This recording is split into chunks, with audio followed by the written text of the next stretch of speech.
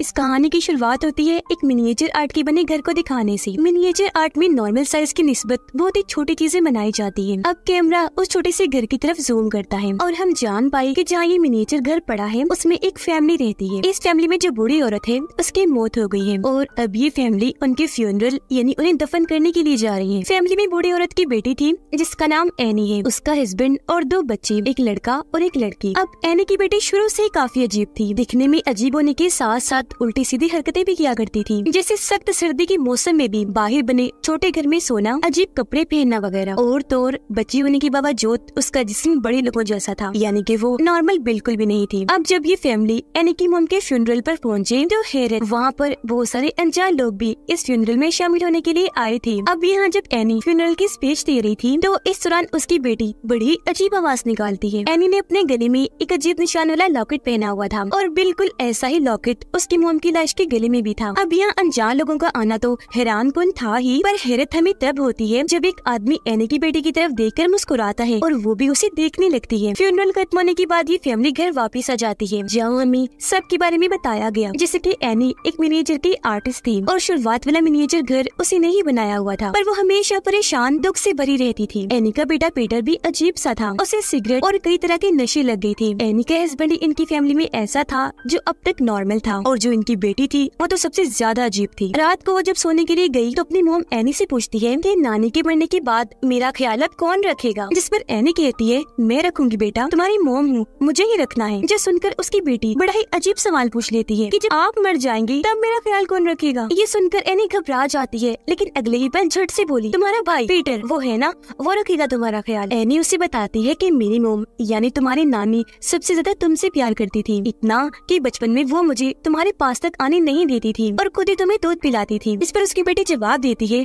पर नानी को तो लड़का चाहिए था, पर मैं पैदा हो गई तो प्यार वो मुझे मजबूरी में ही करती थी। अपनी बेटी को सुलाने के बाद एनी अपनी मोम का सामान चेक करने लगती है, जिसमें से उसे एक नोट मिला। उसमें एनी की मोम उसे माफी मांगकर कह रही थी कि तुम सबकी कुर्बानी दी जाएगी जो बहुत ही कीमती होगी और इसके बदले में तुम्हें इनाम भी दिया जाएगा। उसकी मोम के ये कहने का मकसद एनी को एक मैसेज देने का था। अगले दिन एनी की बेटी जब क्लास में बैठी थी तो अचानक एक परिंदा खिड़की से आकर जोर से टकराया, जिससे उसकी मौत हो गई। इसी क्लास में एक कैंची पड़ी थी, जिसे ले जाकर एनी की बेटी उस मरे हुए परिंदे का गला काट देती है। अब उसका गला काटने के बाद एनी की बेटी उसका सर अपने पास ही जेब में रख लेती है और जब वो घर जा रही थी तो हम दूसरी साइड पर एक औरत को खड़ा हुआ देखते हैं जो लगातार एनी की बेटी को ही देखे जा रही थी। अब ये फैमिली एनी की मोम के कमरे को बंद करने का फैसला करते हैं, लेकिन उससे पहले हमें कमरा दिखाया गया जिसके अंदर बहुत सारे शैतानी रिचुअल यानी जादू के निशान बने हुए थे, जो डीमन यानी शैतान और काले जादू की तरफ इशारा कर रहे थे। अब एनी के हस्बैंड के पास कॉल आई कि एनी की मोम की कब्र को खोदकर किसी ने उनकी लाश को बाहर निकाल लिया है। अब ये जानकर वो काफी परेशान हो गई, पर ये बात अपनी फैमिली से छुपा के रखती है क्योंकि वो अपनी वाइफ एनी को परेशान करना नहीं चाहते थे। अगले दिन एनी एक सेशन ग्रुप के पास पहुंचती है, जहाँ पर बहुत सारे अनजान लोग आते हैं और एक दूसरे को अपने अपने दिल की बातें बताकर अपने दिल का बोझ हल्का करते हैं और ऐसी आपस में घुलते मिलते हैं, अच्छे दोस्त बन जाते हैं। और एनी यहाँ अक्सर आती रहती थी। यहाँ वो अपनी मम के बारे में बड़ी अजीबोगरीब बातें बताती है। वो बताने लगी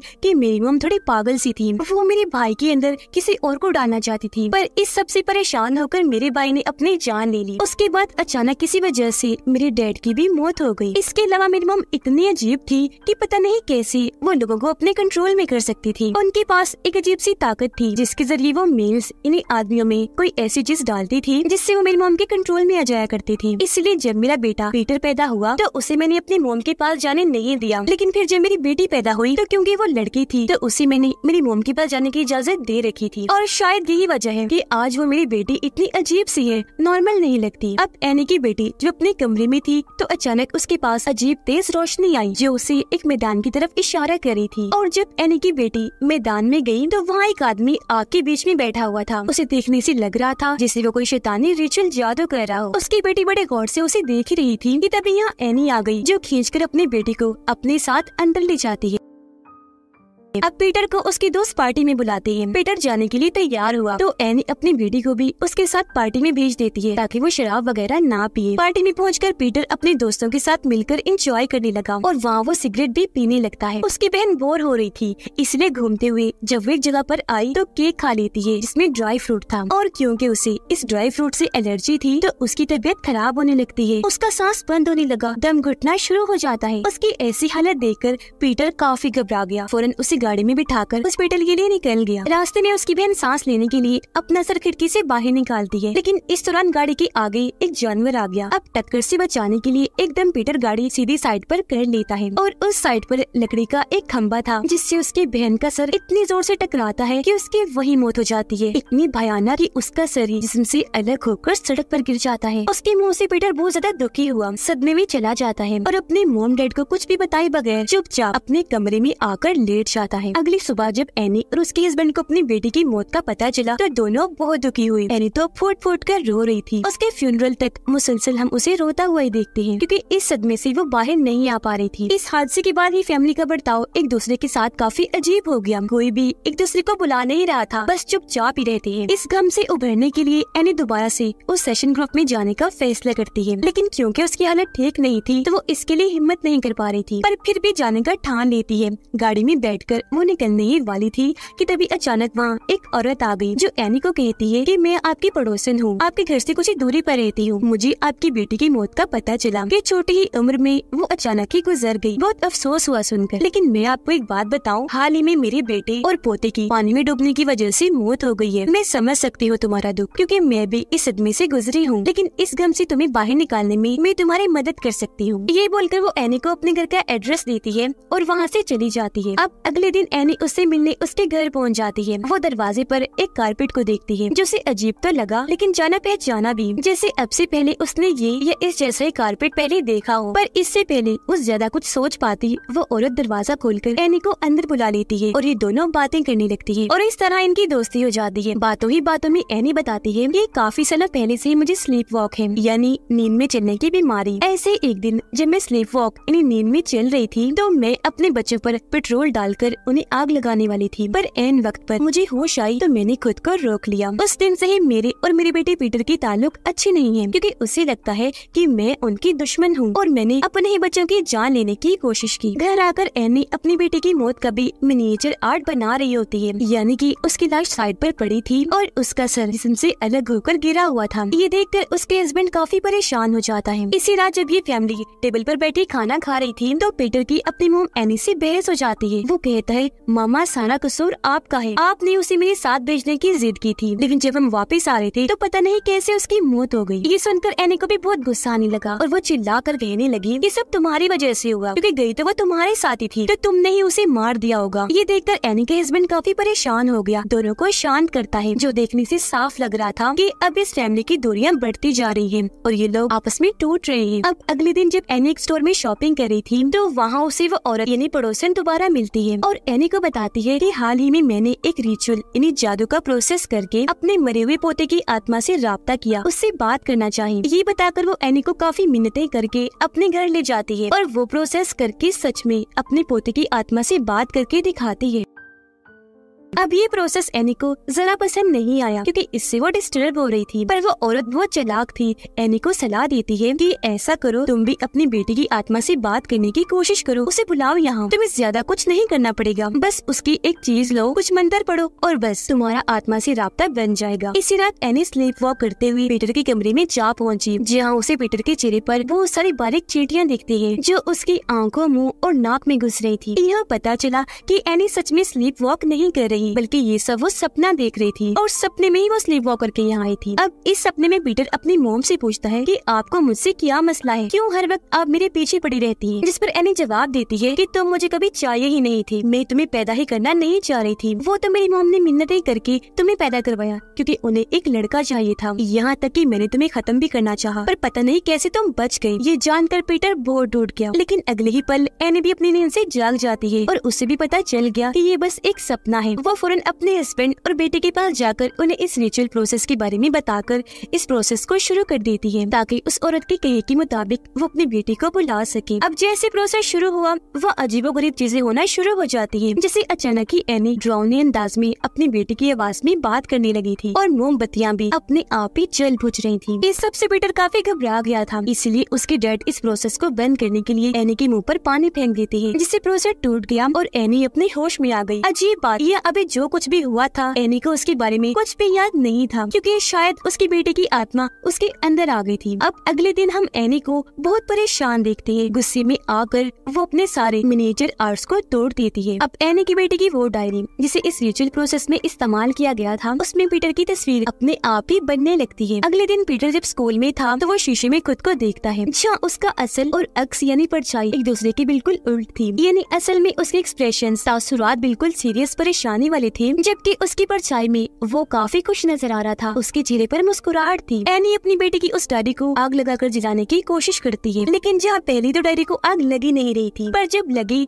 तो एनी को भी आग लग रही थी, जिस वजह से उसे डायरी की आग बुझानी पड़ती है। अब एनी इन सारी चीजों से बड़ी कंफ्यूज हो गई थी। उसके दिमाग में कई सारे सवाल थे, जिनका जवाब पाने के लिए वो पड़ोसन के घर जाती है, जहाँ उसे पड़ोसन तो नहीं मिलती, लेकिन काले जादू का सामान पड़ा हुआ था और वहाँ पीटर की तस्वीर भी रखी हुई थी और ये रिचुअल काला जादू उसकी तस्वीर पर ही किया जा रहा था। अब जब वो दोबारा से दरवाजे वाली कालीन पर गौर करती है तो उसे याद आता है कि बिल्कुल इस तरह की कालीन तो मेरी मॉम के पास भी थी। वो जल्दी से भागकर अपने घर आई और अपनी मॉम का सामान चेक करने लगती है, जहाँ उसे बिल्कुल वैसा ही कालीन मिलता है और इसी डिजाइन में कई सारे और कालीन भी, और ये भी किसी जादू के निशानों की तरफ इशारा कर रही थी। उसे शक हुआ, इसलिए वो तस्वीरों वाले एल्बम को देखती है, जिसमें उसे अपनी मॉम के साथ ये पड़ोसन औरत दिखती है। और यहाँ ये बात साफ हो गई कि औरत शुरू से ही एनी की मॉम के इशारों पर काम करती थी और अब उसकी मॉम के गुजर जाने के बाद वो बड़ी चालाकी से एनी को बसा कर उसे रिचुअल करवा रही थी अपने किसी मकसद को पाने के लिए। अपनी मॉम के सामान में एनी को एक ऐसी किताब भी मिलती है जिसमें आत्माओं, भूतों, डीमंस, शैतानों, काले जादू के बारे में लिखा गया था। उसे पढ़कर एनी को पता चल जाता है कि असल में ये सब कुछ क्यों किया जा रहा था, यानी वो रिचुअल क्यों करवा रही थी। तो दरअसल ये सब कुछ हल्के डीमन पेमोन के लिए किया जा रहा था। ये सब करके वो पेमोन को इंसानी जिस्म दिलवाना चाह रहे थे, जो किसी भी आदमी का हो सकता है। अब एनी की मॉम ऐसा इसलिए कर रही थी क्योंकि वो एक शैतानी ग्रुप का हिस्सा थी, जो सब डीमन पेमोन की पूजा करती थी। उसे ही अपना गॉड समझती थी, क्योंकि डीमन पेमोन बहुत ही ताकतवर है। वो हेल यानी जहन्नुम का एक किंग है, जो वहाँ के 8 राजाओं में से एक है। इसे इस तरह का गॉड भी कहा जाता है जो लोगों को परेशान करता है, उनके साथ शरारतें करता है, और वो उसे जिसमें जाना पसंद करता है जो सबसे ज्यादा कमजोर हो, उसे किसी इंसान के अंदर भेजने और फिर बाहर निकालने के लिए कुछ रिचुअल वगैरह करने होते हैं। जब भी वो लोग इतने अरसे से ये काम करते आ रहे थे। एनी की मॉम ने डीमन पेमोन को सबसे पहले अपने बेटे एनी की बाई में डालने की कोशिश की थी। इस सब के दौरान उसे बहुत तकलीफ दी गई, उस पर जुल्म किए गए। वो जानता था कि मेरे साथ क्या होने वाला है, तो तंग आकर उसने अपनी जान ले ली। और वो तो मर गया था, इसलिए एनी की मॉम कोई और जिस्म ढूंढने लगी जिसके अंदर डीमन पेमोन को डाला जा सके। लेकिन क्योंकि उनकी हरकतों से एनी को उन पर शक हो गया था, इसलिए वो अपने बेटे पीटर को उनके पास जाने नहीं देती थी, इसलिए पीटर में वो डाल नहीं पा रही थी।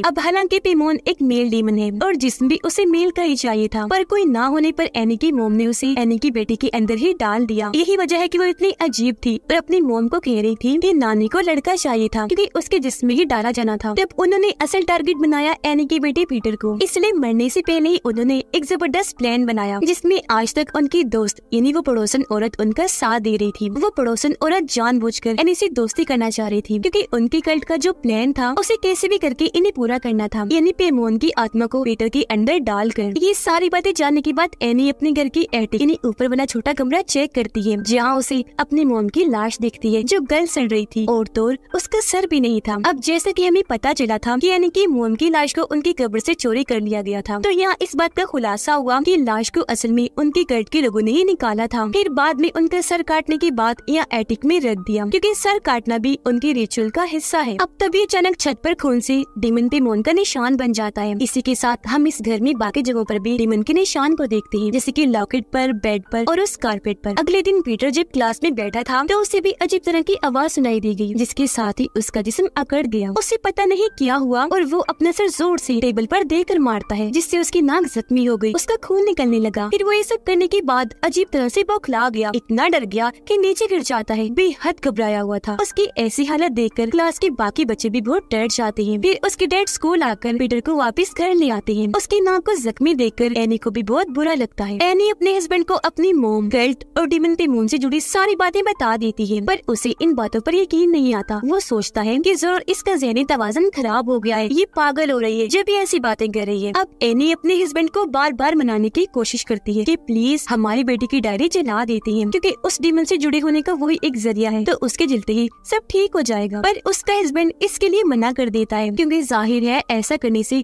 एनी भी जल जाती। पर उसकी बात सुने बगैर एनी खुद ही डायरी को आग में फेंक देती है, जिससे अब की बार एनी को आग लगने की बजाय उसके हस्बैंड को लग जाती है, जो काफी बुझाने के बाद भी नहीं बुझ रही थी और बढ़ती ही जा रही थी, और इस तरह जलकर उनकी मौत हो जाती है। पीटर को भी होश आ गई थी, और जब वो देखता है कि मेरे डैड की जलने से मौत हो गई, तो वो बहुत दुखी हो जाता है। अब तभी अचानक एनी को कुछ होता है और वो पीटर को मारने के लिए पागलों की तरह उसके पीछे पड़ जाती है। दरअसल अब डीमन पेमोन ने एनी को पोजेस्ड कर लिया था और अब उसके जिस्म में आकर उसे कंट्रोल कर रहा था। ये देखकर पीटर काफी डर जाता है और अपनी जान बचाने के लिए वहाँ से भागा और एटिक में आकर छुप जाता है। बाहर एनी पागलों की तरह अपने कंट्रोल से बाहर होकर जोर जोर से अपना सर दरवाजे पर पटकने लगती है, जबकि एटिक में पीटर को भी अपनी नानी की लाश गली सड़ी हालत में मिलती है, जिसके बाद वो अपनी मॉम को ऊपर देखता है जो अपना गला काटने वाली थी। यहाँ पर बहुत सारे लोग भी खड़े हुए थे जिन्होंने कपड़े नहीं पहने हुए थे और वो पीटर को बड़े गौर से देख रहे होते हैं। पीटर घबरा गया, वो कांच तोड़कर जल्दी से बाहर कूद जाता है, जहाँ तभी एक तेज रोशनी आकर उसके जिस्म में घुस जाती है। ये रोशनी बिल्कुल वैसी ही थी जैसी उसकी बहन के आसपास भी रहती थी, जिससे हम समझ पाए